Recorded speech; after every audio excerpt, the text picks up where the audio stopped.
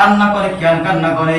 ওই পেটে ক্ষুধা লাগছে তাও কান্না, যখন পেট ভরে যায় তাও কান্না, ওই ঘুমে ধরছে তাও কান্না, বাথরুম করছে তাও কান্না, প্রস্রাব করছে তাও কান্না, ব্যথা পেয়েছে তাও কান্না।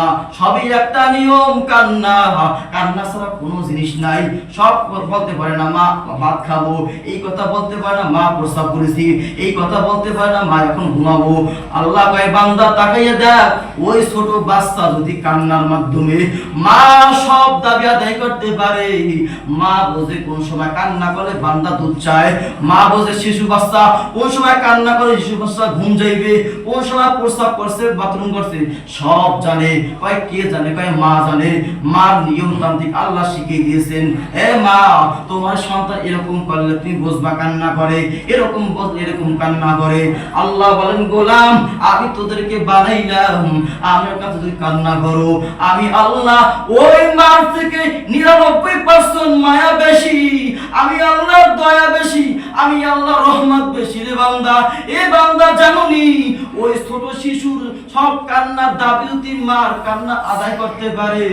বান্দা যখন কান্না করে দুই চোখের পানি ঝরাইয়া আমার কাছে কান্না করবা, আর বলবা ও আল্লাহ আমি নামাজ পড়লাম, আমি ধৈর্য ধরলাম, এখন তোমার কাছে চাইতে আছি। ও আল্লাহ আমি কালকে পরীক্ষায় কামিয়াবি দান করতে চাই। ও আল্লাহ পরীক্ষায় পাস করতে চাই।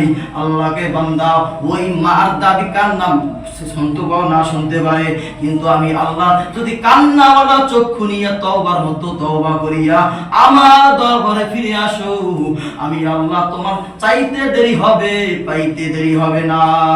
হারকে দারত খৌফে হকদার দিল মদাম, হারকে হকদা দিল মদাম, জান্নাতুল মাওয়া দেহাদ উরা মাকাম জুজবাহকসি যে মুখাজ ইনসুজা ফজলে উআ মস্তেদার জুমলা জাহা। আল্লাহ বলেন বান্দা আমার কাছে চাইবা দুইটা জিনিসের মাধ্যমে, এক নাম্বার ধৈর্য, দুই নাম্বার নামাজ। এই নামাজের মাধ্যমে যারা আমার কাছে চাইবে আমি আল্লাহ তাকে বিনা হিসাব জান্নাত দেব। আর যখন বান্দা দুনিয়ার শান্তি চাইবে নামাজ পড়ার মাধ্যমে আমি আল্লাহ শান্তি দেব।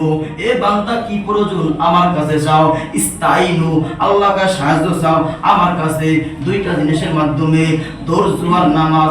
আজ আমাদের সমাজের মধ্যে ধৈর্যই নাই। অনেক মানুষ এমন হয়ে যায় যখন বিপদে পড়ে তখন বলে শুধু আল্লাহ আমাকে ডাকে, আর কাউকে ডাকে না। কি বলে? আল্লাহ আমাকে ডাকে।